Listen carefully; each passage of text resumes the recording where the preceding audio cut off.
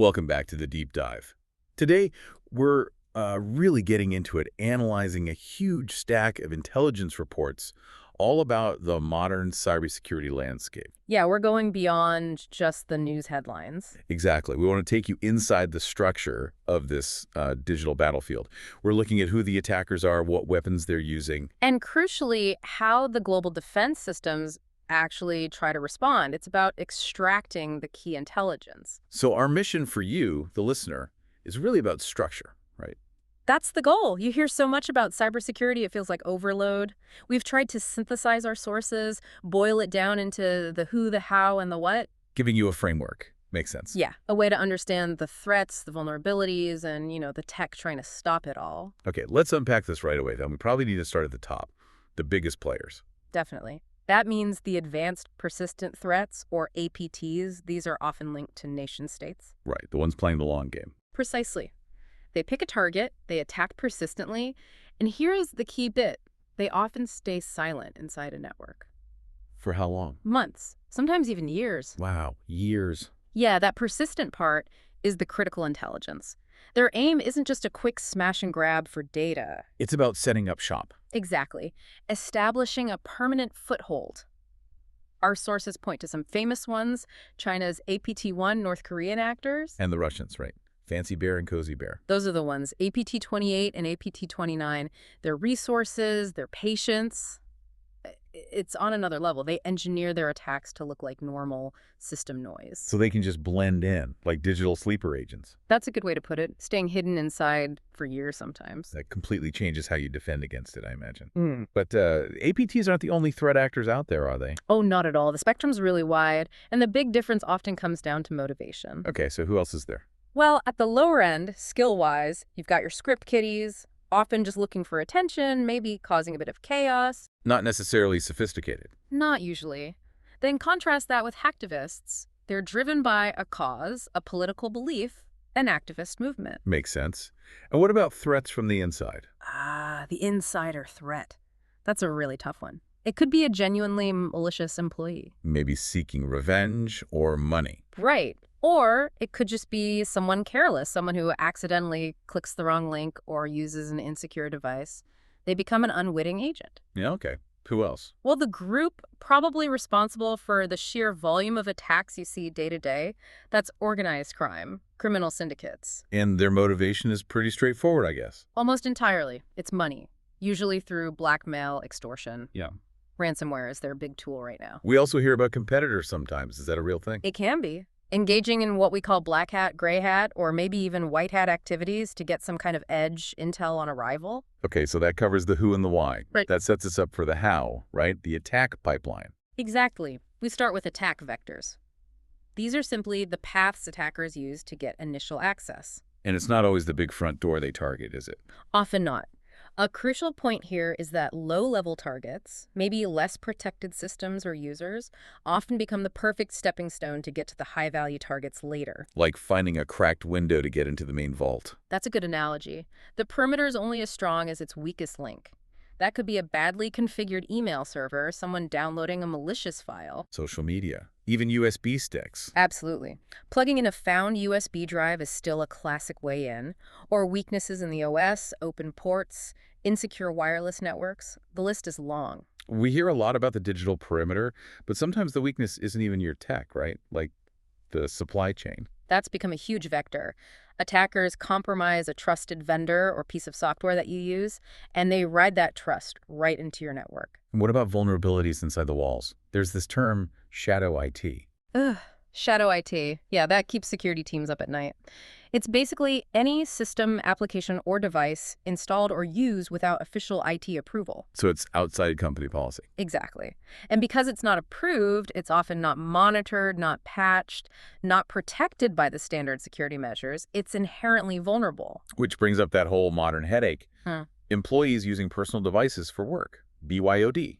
It's directly related. If an employee uses a personal laptop or phone for work files, and that device isn't managed by IT security policies, it's essentially shadow IT, a potential entry point. So even with great tech defenses, it often comes down to people, user behavior. Which leads us straight into social engineering. The human element. Pure human manipulation. It's about using flattery, maybe conning someone, pretending to be someone in authority. To get the target to do something risky, like give up a password or click a bad link. Precisely. Or reveal sensitive information they shouldn't. It's the bridge between the attacker's plan and getting that initial access. And the tactics here are, well, some are pretty bold, right? Even physical Oh ones. yeah, the classics still work. Tailgating, for instance. Just following someone authorized through a secure door without badging in. Still happens. All the time. That's why you see things like man tracks in high security areas, those double door systems. And what about digging through trash? Seriously. Dumpster diving. Sounds old school, but if sensitive documents aren't shredded or properly disposed of, you'd be surprised what attackers can find. Physical recon is still a thing. Hence the mandatory shredding policies. Exactly. Protecting digital secrets from physical recovery.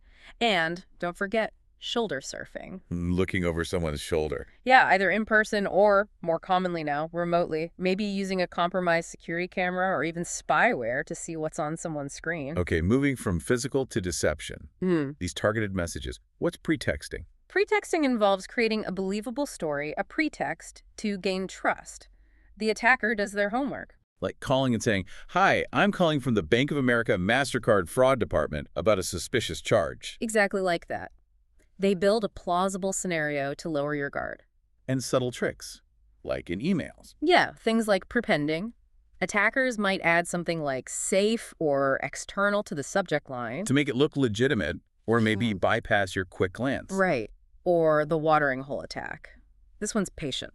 How does that work? Attackers figure out websites that a specific group of people they want to target frequently visit and trust.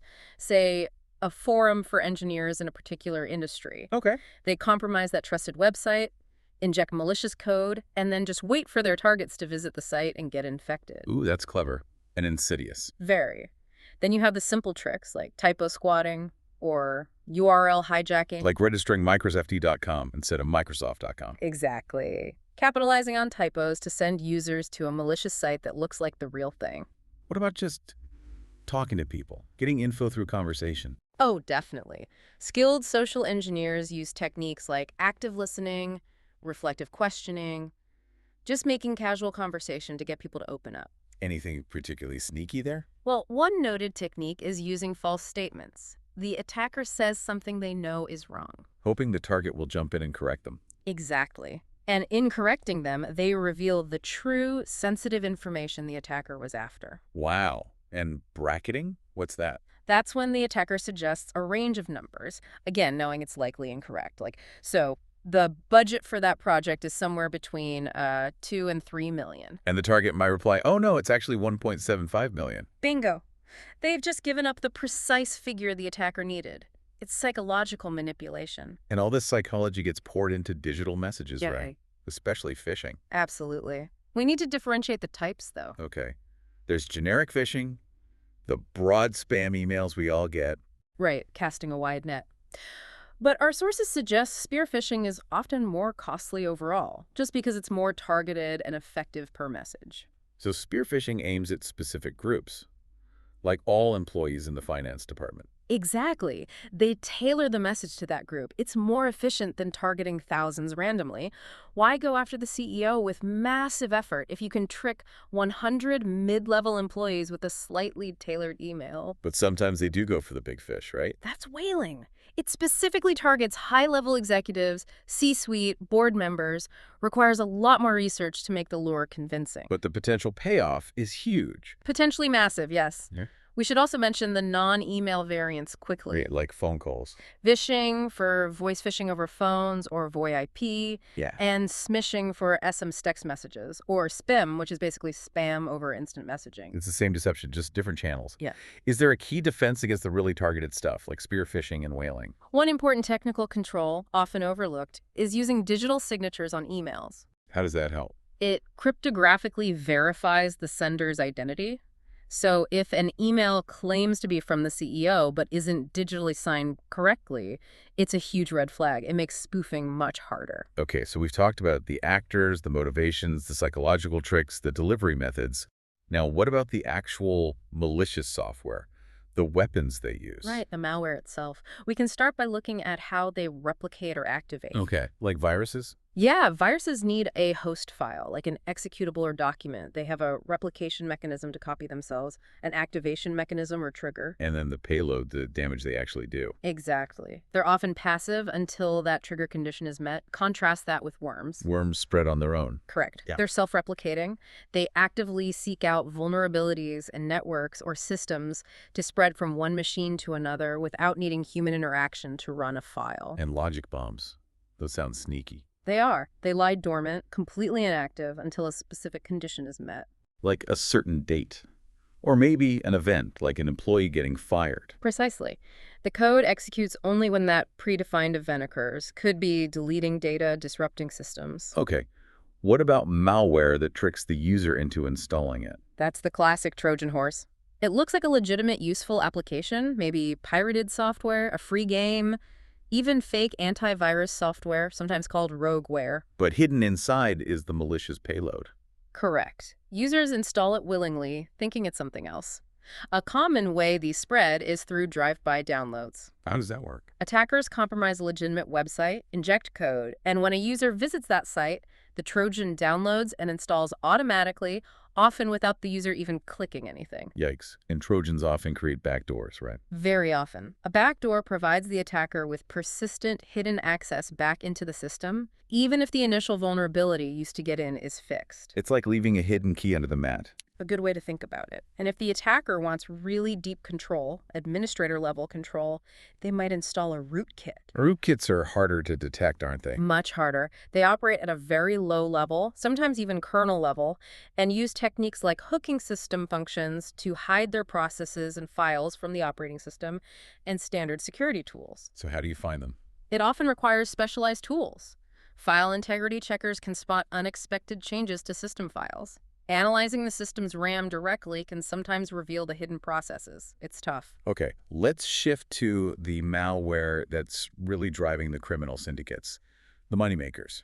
Top of the list there is ransomware, or sometimes called crypto malware. This is the one that locks up your files. Exactly. It encrypts your important data documents, photos, databases, making them completely inaccessible. Then it demands a ransom payment, usually in cryptocurrency, to get the decryption key. It's basically digital extortion, a whole business model. A massively disruptive and profitable one for criminals, yes. Its Yeah. impact globally has been huge. And what about botnets? Botnets are networks of compromised computers. Thousands, sometimes millions of infected machines, often called zombies or clones. Controlled by one person or group. Right, controlled by criminals known as bot herders through command and control CNC servers. They use these botnets for all sorts of things, sending spam, launching distributed denial of service, DDoS attacks, mining cryptocurrency. Using the collective power of all those infected machines. Exactly. Then you have the quieter malware focused on stealing information. Like spyware. Spyware silently monitors your activity, accessing private data, browsing history, potentially usernames and passwords. Keyloggers are a specific type that just record every keystroke you make. To capture login credentials or financial details. Precisely. And then there's adware. Less malicious, maybe, but incredibly annoying. Pop-up ads everywhere. Pretty much. Usually designed to generate ad revenue for the attacker, often bundled with other, sometimes more harmful software. Are there other weird types? I've heard of fileless viruses. Yeah, those are interesting. They don't install a traditional file on your hard drive. Instead, they run entirely in the computer's memory, RAM. How do they do that? Often using built-in system tools like scripting languages, PowerShell, JavaScript, or manipulating the Windows registry. This makes them really hard for traditional antivirus software, which scans files on disk, to detect. Because there's no file to scan. Exactly. Signature-based detection is useless against them. And what about all that junk software that sometimes gets installed? PUPs. Right, potentially unwanted programs. It's kind of a catch-all term for stuff you probably don't want but isn't strictly malicious, like a virus. Oh, Includes junkware, bloatware, crapware, often browser hijackers that change your homepage or search engine. okay, that's a lot of malware types.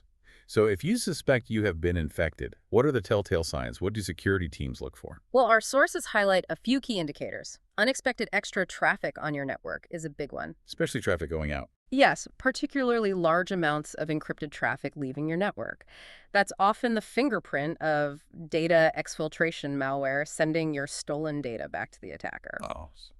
A sudden flood of outgoing spam coming from your machine is a classic sign you might be part of a botnet. And just general unexplained computer slowdowns or crashes can also indicate something malicious is running in the background. Okay, so shifting to defense, it sounds like defenders are always playing catch-up, especially with things like zero-day vulnerabilities. That's the fundamental challenge. A zero-day is an attack exploiting a vulnerability that is completely unknown to the software vendor and antivirus companies. Day zero of the attack. Right. There's no patch available, no signature in the antivirus database. The defenders are blind to it initially. That's why speed and intelligence are so critical in defense. So what are the basic defenses then, the first lines? You've got your standard tools, spam filters for email, firewalls controlling network traffic, and of course, anti-malware software. But anti-malware isn't perfect, especially against 0 days. Correct. Traditional signature-based detection relies on matching known malware patterns, so it misses new threats. That's why modern anti-malware also uses heuristic-based detection. Trying to spot suspicious behavior rather than just known code. Exactly. Looking for actions typical of malware, even if the specific code hasn't been seen before. Some systems integrate all this firewall, anti-malware, intrusion prevention into a unified threat management UTM system. But beyond these tools, the real edge seems to come from knowing what's coming, right? Threat intelligence. Absolutely. TI is crucial. Knowledge is power, as they say. Understanding who might attack you, how they operate, what tools they use, it allows for proactive defense, not just reactive cleanup. Where does this intelligence come from? Several places. There's open source intelligence, or OSINT. This is publicly available info. Like social media, news reports, government security bulletins, things from SANS, threat feeds. Exactly. Public records, research papers. Then you have closed or proprietary intelligence. This is often gathered and sold by specialized cybersecurity firms, their own research, data from their clients, trade secrets. And ways to share this intel quickly. That's key. There are specific mechanisms. The U.S. government, through CISA, offers automated indicator sharing, AIS, for real-time exchange of threat indicators. You also have public vulnerability databases, like the ones MIARI maintains. And even the dark web can be a source, I suppose. Monitoring hacker forums. Yes, monitoring chatter on the dark web is definitely part of gathering threat intelligence for many organizations. Now, sharing this intel used to be a problem, didn't it? Like, everyone described threats differently. It was a huge problem. Lack of uniformity, inefficient communication. If a security team in one country saw a new attack, how could they quickly and clearly tell everyone else exactly what they were seeing in a way that could be automatically processed? Which led to standardization efforts. Exactly. Two key standards emerged. The first is STIX, Structured Threat Information Expression. That's the language. Think of it as the universal translator for threat intel. It's a standardized language, usually based on XML and represented in JSON, for describing cyber threats, attackers, malware, vulnerabilities, indicators using about 18 common objects. It ensures everyone's speaking the same language. Okay, so STIX is the language. What's TAX2? TAC2, Trusted Automated Exchange of Indicator Information, is the protocol for transporting STIX data. If STIX is the message content, TAC-TA is the secure envelope and delivery service. How does it work? It uses standard web protocols like HTTPS to exchange STIX information between organizations, threat intelligence platforms, and security tools, using services like poll, inbox, and collection management for automated sharing. So STIX defines what you're sharing. TAX-TI defines how you share it automatically. You got it. These standards have massively improved the speed and effectiveness of global threat intelligence sharing. Now, what about testing suspicious files yourself? Is there a way to do that safely? Yes, that's where tools like the Cuckoo Sandbox come in. It's a well-known open source tool for malware analysis. A sandbox. So it isolates the suspicious file. Precisely. You submit a suspicious file or URL to Cuckoo, and it runs it inside a safe, isolated virtual machine, VM. It supports Windows, Linux, macOS, even Android environments. And then it tells you what happened. Yeah, it monitors everything the file does within that VM, what network connections it tries to make, what files it creates or modifies, what system API calls it makes, memory analysis. It even takes screenshots. It gives you a detailed report in minutes, showing if the file is malicious and how it behaves. A safe way to detonate potential malware. That's the idea. So we have advanced intel sharing, sandboxing, but ultimately, does a lot of defense still come down to the users? Absolutely. Technology can only do so much. Our sources consistently emphasize that educating users is one of the most critical defenses. Training them about new viruses, spotting phishing emails, understanding the risks of zero-day exploits. Exactly. Helping users recognize threats and follow safe practices helps prevent incidents before they even reach the technical defenses like firewalls or anti-malware. So wrapping this up, we've covered a huge landscape, from those nation-state APTs playing the long game Down to the individual using social engineering tricks like tailgating or pretexting. and the malware they use, from Yeah. complex rootkits to devastating ransomware. And critically, the defense ecosystem relying on threat intelligence sharing standards like SDIX and TaxU and analysis tools like Cuckoo. What's the big takeaway then? I think it's that the defense really depends on rapid, standardized information sharing. The attackers often have the advantage of surprise, especially with 0 days. So the ability for defenders worldwide to quickly understand and react to new threats is paramount. They're trying to combat actors who might be months ahead in planning. Which leaves us with a final thought for you, our listener, to mull over.